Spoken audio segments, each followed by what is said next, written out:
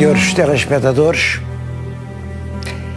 aquela imagem horrível é uma reprodução de um quadro famoso, de um pintor igualmente famoso, Goya, e representa um facto verdadeiro: o fuzilamento dos patriotas madrilenos que se revoltaram no dia 2 de maio. O quadro, aliás, tem um título que é o 3 de maio, mas a data célebre na história de Espanha é o 2 de maio. Esta gente revolta-se e vai para a rua com uma bravura espantosa para expulsar os franceses. Os soldados que vêm numa linha a disparar as armas sobre os civis são tropas francesas. Quem está a morrer são os patriotas espanhóis. Porquê este drama do 2 de maio? Bom, eu acho que esta data e este episódio é um bom ponto para iniciarmos a compreensão daquilo que é costume chamar a Guerra Peninsular. Eu estou aqui diante de dois soldados portugueses dessa época. Enfim, estes soldados estão aqui muito fardadinhos, com umas fardas. Devo dizer que isto é otimista, hein? Os pobres soldados portugueses andavam realmente com estas correias brancas, eles andavam muito esfarrapados. A nossa tropa vivia na miséria e praticamente nem tropa tínhamos, estava tudo muito mal do mal. Mas porquê é que houve aquela chacina do 3 de maio em Madrid, no Parque de Moncloa? Bom, é isso que eu vou tentar fazer compreender.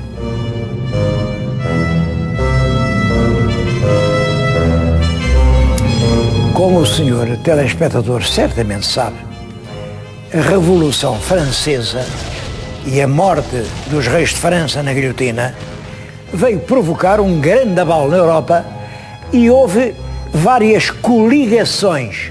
Coligações quer dizer, enfim, junção de vários países. Praticamente toda a Europa se coligou contra a França para acabar com uma situação que ameaçava alastrar a todo o mundo e pôr em risco todas as monarquias da Europa, como realmente aconteceu. Mas a França faz frente a essas coligações de uma forma extraordinária. Toda a Europa unida esbarrou contra os exércitos da França.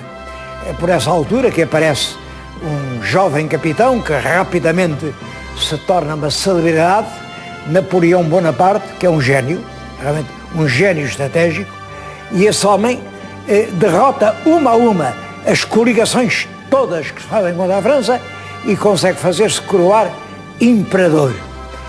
Quem manda na Europa é Napoleão Bonaparte.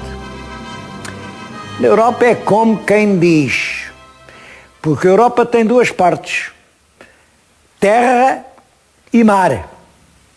Ora bem, em terra mandavam os franceses, as tropas de Napoleão. Estou a falar-lhes ao lado de um soldado com a farda das tropas de Napoleão. Mas no mar mandavam os ingleses. A esquadra inglesa tinha o domínio inteiro dos mares. Bom, e nesta altura o mar já era muito importante, muito importante. Estava-se já em plena Revolução Industrial, era indispensável ir à África, ir à América, ir ao Brasil, buscar os produtos para as fábricas europeias e, portanto, dominar o mar era muito importante. Napoleão já tinha vencido a Prússia, já tinha vencido a Áustria, já tinha vencido a Rússia, já tinha incorporado a Itália, já mandava em toda a Europa, só não mandava na Inglaterra. Porque havia, é claro, havia o mar a separá-los, a Inglaterra é uma ilha. Ele ainda pensou e chegou a encomendar aos maiores engenheiros: façam lá um túnel, eu vou passar por baixo deste canal, o Pas de Calais. Bom, mas é claro, isso não deu resultado, não foi possível. Ele manda reforçar a esquadra francesa com grandes navios mas é praticamente destruída, primeiro na Batalha de Albuquerque, no Egito, mas depois aqui na Batalha de Trafalgar. Os navios ingleses, que realmente eram melhores, tinham melhor artilharia, tinham melhores almirantes, destruíram completamente a esquadra francesa, aliada já nessa altura à espanhola. A Espanha também tinha uma armada muito importante. Pois bem, a esquadra franco-espanhola é destruída aqui em Trafalgar e o Napoleão pensa, bom, eu, para derrotar a Inglaterra, só de uma maneira. Eu não posso vencê-los numa batalha, vou asfixiá-los. E decretou, já em 1806, que nenhum país da Europa, nenhum porto, recebesse um navio inglês, permitisse uma exportação para a Inglaterra. A Inglaterra ficava fechada sobre si própria. A Inglaterra não podia contar com a Europa. Ora bem, os mercados europeus eram fundamentais para o abastecimento inglês. É isso que se chama o bloqueio continental. Bom, e a bem ou a mal, obrigou os países a aderir ao bloqueio continental. Todos foram aderindo. O último foi a Rússia. A Rússia disse que não, mas ele faz uma guerra, vence o exército russo, eles tiveram que dizer que sim. Há só um pequeno país que não aceita o bloqueio continental. Esse pequeno país chama-se Portugal. É um país cá nos confins da Europa, cá no fim, mas é um país muito importante. É que esse país é ele que manda no Brasil. E é do Brasil que vem, por exemplo, o algodão, que vem o tabaco, que vem muitíssimos produtos essenciais para as manufaturas inglesas. Mas Portugal manda em Angola. Angola também uma fonte de riqueza enorme. E, sobretudo, Portugal tem portos muito bons. Este porto de Lisboa, cabem aqui centenas de navios ingleses. Se eles quiserem pôr aqui um exército, podem pôr. Napoleão mandou ordem para que Portugal, primeiro mandou um embaixador, não era embaixador, chamava-se legado, mas era um general glorioso, o general Junot, e que intimou o nosso governo a aceitar o bloqueio continental. Isto é, não deixar entrar navio nenhum em nenhum porto português, prender todos os ingleses que por ali andassem, tudo para a cadeia, não deixar estabelecer em nenhuma cidade portuguesa, nenhuma firma inglesa, nenhum comércio, acabar com tudo. Os portugueses fizeram o possível por manter a paz. Devo dizer que a diplomacia portuguesa aí só merece louvores. Pensou, esta guerra é lá entre os ingleses e os franceses, cada um, querem todos mandar no mundo, Portugal não quer mandar em nada senão em si mesmo, deixá-los lá e nem decretaram o bloqueio, nem prenderam os ingleses, mas também não disseram que não aos franceses, disseram, bom, a gente vai fazer o possível e tal. Bom, os franceses esperaram até que, zangados, resolveram acabar com este pequeno país recalcitrante, este país que realmente os navios ingleses continuam a entrar no Porto, continuam a levar daqui o vinho do Porto, continuam a abastecer-se de carne no Douro, continuam a ir ao Brasil. O imperador aí zanga-se e é nessa altura que comete o que eu penso que foi um erro. O Tratado de Fontainebleau.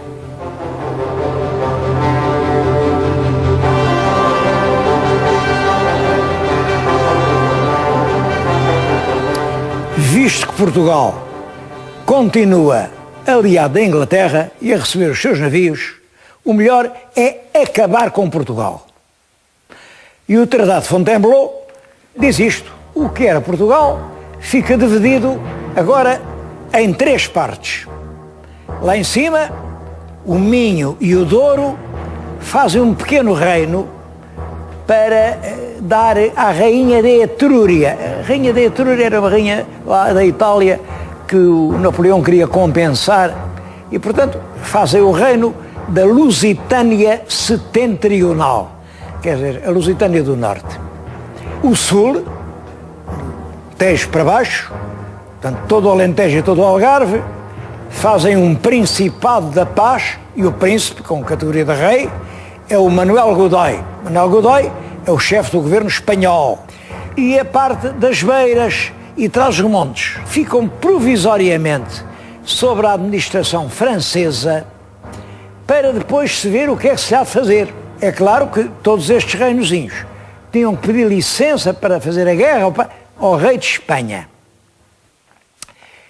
Ao mesmo tempo, nesse tratado de Fontainebleau, punha-se uma cláusula secreta, coisa que ninguém sabia.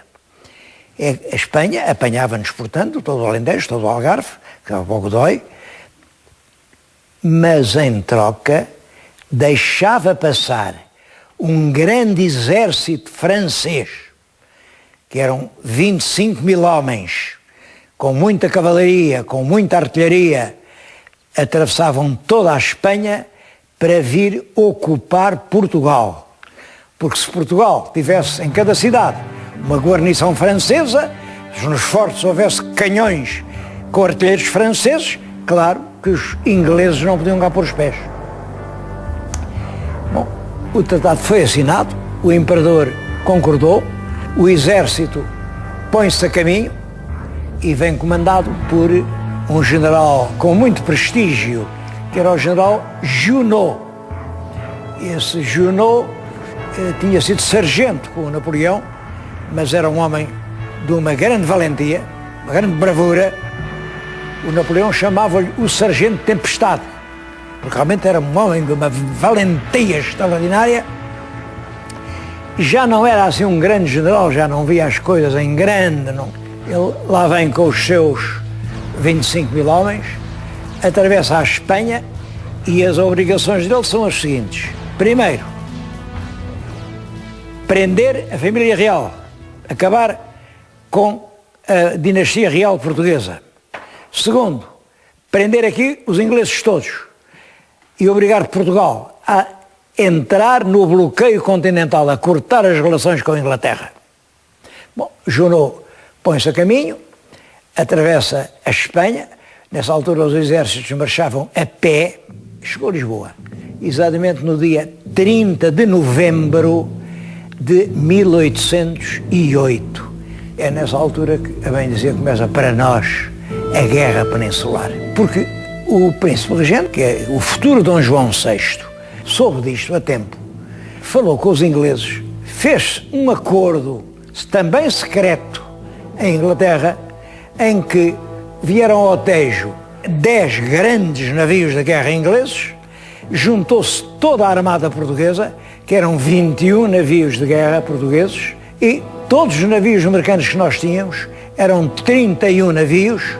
Sabe-se que o acordo com a Inglaterra foi em outubro, portanto, quando aqui chegou o Junot, já há mais de 2 meses que estava feito o acordo, e a família real, todo o Ministério, os juízes dos tribunais superiores, os comandos militares, enfim, toda a gente embarcou nessa grande armada que estava no Tejo. Estiveram 2 dias sem poder sair a Barra, porque, é claro, isto era novembro, inverno, temporal pavoroso, ventos contrários, mas no mesmo dia 30 de novembro, quando a Mata-Cavalos, o Junot chegava, entrava no Lumiar, vieram-lhe dizer: olha, eles agora estão a sair da Barra. O Junot ainda vai até Oeiras, mas o mais que ele conseguiu vir com um binóculo foi os navios ao longe, já não pôde fazer nada. Claro, Junot entra em Lisboa, essa entrada também é dramática. Há uma gravura de uma pessoa que cá estava e que viu. O exército chegou esfarrapado. Os soldados vinham descalços, vinham com as armas já inutilizadas. Era um bando de desgraçados, exaustos, que já não conseguiam, com uma gata pelo rabo. Mas é com essa gente que ele entra em Lisboa e depois aqui foi recebendo, pouco a pouco, o exército. E é ele, o exército francês, que foi-se aqui acumulando, e é ele quem assume o governo de Lisboa. A esquadra portuguesa, todos esses navios, os 31 navios mercantes, mais os 21 navios de guerra portugueses, mais os 10 navios ingleses, Todos eles conseguiram chegar ao Brasil, alguns não foram direitos ao Porto da Bahia, aportaram ao Recife por causa dos ventos, mas não houve um único naufrágio e o príncipe regente, Dom João, poucos dias depois de chegar à Bahia, declara todos os portos brasileiros abertos à navegação das nações amigas. Ele não dizia quais eram, mas é claro, as nações amigas eram naturalmente aquelas que nos tinham ajudado, que o tinham ajudado a navegar para o Brasil, que, bom, era a Inglaterra, porque todo o resto da Europa estava com a França, e essas nações não eram amigas. E é assim que se dá aquilo a que é costume chamar a primeira invasão francesa.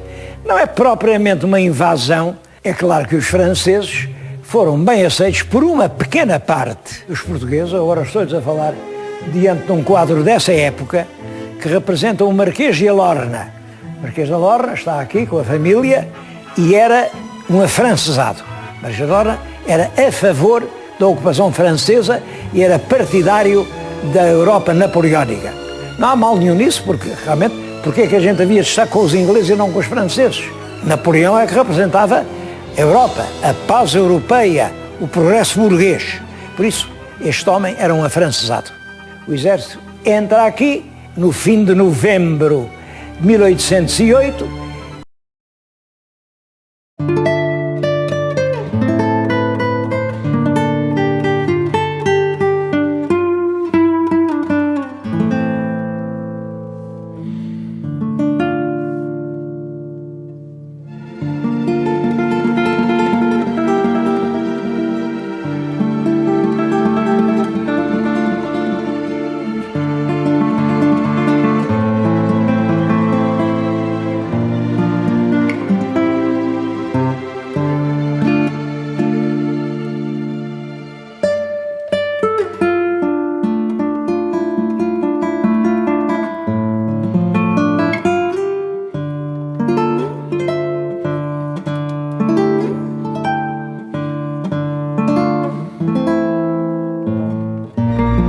Obrigou a abdicar, abdicou nele, Napoleão, e depois o herdeiro dele, que era o futuro Fernando VII, também abdicou nele e passou a ser o rei José. Aí é que os espanhóis, a massa popular espanhola, não concordou. Claro, houve um grupo grande, os afrancesados, acharam muito bem, porque é que o rei não havia de ser da família Bonaparte? Pois então, isto era no século XIX, ainda no século XVIII, o rei tinha passado da casa dos Austrias para a casa dos Bourbons. Podia mudar. Mudava para a família Bonaparte, que era uma família prestigiosíssima, que Napoleão era na Europa considerado um semideus. Por que não? Bom, houve muitos que aceitaram. Agora, o povo miúdo, isso não aceitou. E por toda a Espanha começam a formar-se revoltas, juntas. Em cada província espanhola há uma junta, fazem uma guerrilha. Até as tropas espanholas que tinham vindo com o Junot veio com 3 divisões espanholas e 3 divisões francesas. As tropas espanholas vão-se todas embora, ligar-se aos revoltosos, e é toda a Espanha que agora luta numa guerra de guerrilha praticamente invencível contra o exército francês. Bom, os ingleses veem isso, os ingleses andavam mortos por uma oportunidade de desembarcar aqui e dar cabo do exército de Napoleão, e agora estou-lhes a falar diante de o futuro Duque de Wellington e também Duque da Vitória, que é este general inglês, Wellesley, comandando um exército forte, desembarca junto da Figueira da Foz, avança rapidamente sobre Lisboa. O Junot tentou ainda dar-lhe um combate na roliça e bateu-se valentemente, só que este trazia tropas mais numerosas, mais bem armadas, mais disciplinadas, e venceu o combate da roliça. Junot ainda aparece agora pessoalmente, com a sua bravura de cavaleiro, aqui no Vimeiro, tentando expulsar os ingleses, mas é derrotado e tem que aceitar a derrota. É então que ele faz a Convenção de Sintra e vai-se embora. Vai levado pelos próprios navios ingleses para a França com os restos do seu exército. O imperador levou-lhe a mal que ele tivesse perdido essa guerra, levou-lhe a mal que ele não tivesse chegado a tempo de prender a família real, levou-lhe a mal que ele tivesse falhado completamente na missão portuguesa e ele, desgostoso, enlouqueceu, deitou-se de uma janela abaixo e morreu miseravelmente. Mas a guerra continua em Espanha, essa é que é a guerra peninsular. Vou-lhes mostrar agora dois outros grandes generais da guerra. Os franceses fizeram ainda mais dois grandes esforços militares para ocupar Portugal. A invasão do general Soult, que é em 1809, ele chegou então no Porto, onde esteve algumas semanas. É nessa altura que está a tragédia da Ponte do Porto, a Ponte das Barcas, onde morreram centenas e centenas de pessoas. No ano seguinte, em 1810, a invasão do Marechal Masséna, o filho querido da Vitória. Era um homem que até então só tinha tido vitórias. Esse homem parou diante das linhas de Torres Vedras, que estavam fortemente artilhadas pelos ingleses, e ele não ousou passar. A partir daí é o exército inglês, agora já reforçado por muitas tropas portuguesas, portanto agora já se pode chamar exército anglo-luso, que vai perseguindo através da Espanha, apoiado pelas guerrilhas espanholas, pelo exército nacional espanhol, que vai empurrando as tropas napoleónicas até os fazer reentrar em França. É isso que se chama a Guerra Peninsular, que teve consequências muito graves no desenvolvimento quer da Espanha, quer de Portugal. Nestes anos que aqui foram abrasados pela guerra, a França e a Inglaterra progrediram rapidamente, fizeram-se grandes nações industriais e nós contabilizamos um atraso que depois demorou muitos anos a recuperar. É toda essa história que está agora a ser contada aqui na Biblioteca Nacional, com o conjunto dos documentos da biblioteca que se referem à Guerra Peninsular. É uma exposição para ver com interesse, mas para ver vagarosamente. Cada uma destas, por exemplo, isto, um conjunto de gravuras do Cirilo Volcomar Machado, em que mostra a roubalheira e as patifarias, enfim, que o exército invasor fazia. É uma exposição importante para quem quiser compreender alguma coisa da história de Portugal no primeiro quartel do século XIX.